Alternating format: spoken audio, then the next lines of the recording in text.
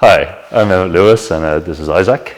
Today what we're looking at is an advanced pancake stretch. It's one of these ones when you begin to start working towards an over pancake or already working on it.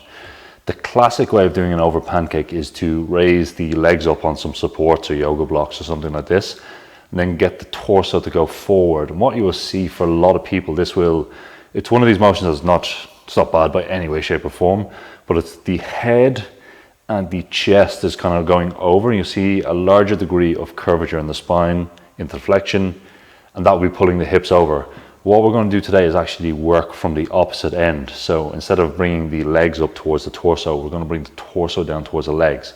What this will do is it will get the hips to actually start to articulate over further deeper into the stretch. So you might not necessarily go visually deeper below the legs compared to say what your over pancake might look like. But as you get into it, you'll find that when you test your over pancake or your other pancake, you freed up a deeper range of hip flexion than you would necessarily with either a normal over pancake variation or just normal pancakes. While I say it's advanced, you can start playing with this one once you got your face, say, comfortably on the floor. Doesn't have to be mashed into it, but once it's comfortably on the floor, like level, like nose mashed into it, chin down, that kind of thing, you can start playing with it then to seriously train it. I'd say, chest, stomach getting down. If your stomach isn't getting down as well, this one can be key for getting it down. So we're going to set up on some boxes. We want to bring our pancake in narrow. So for our normal pancake is happening somewhere around 140 degrees plus minus a bit. We want to actually bring the legs narrower. We want to bring them into, I'd almost say like 90 to 100 degrees apart, but you can play with it and find it. But there's a reason that if you bring them too wide, when we start doing the actual lift, you're just going to topple out. So we do need some direction forwards just to counterbalance the actual motion. The other thing is, the first thing people are going to try with this one, and I can see people do it, is to start holding the weight behind the neck like another good morning pancake, good morning stretch, ISO, that kind of thing.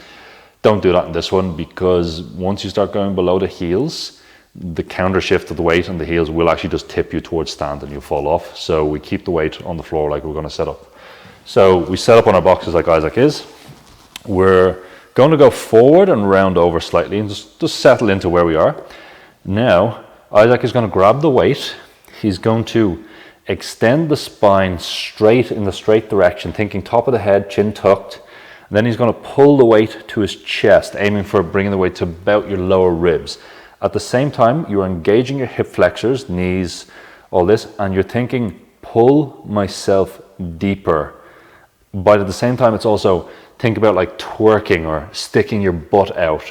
This way, as you see, as he'll go down, he's going deeper and deeper. So this is our intent. We have the back muscles and the hip muscles firing quite strongly. Relax.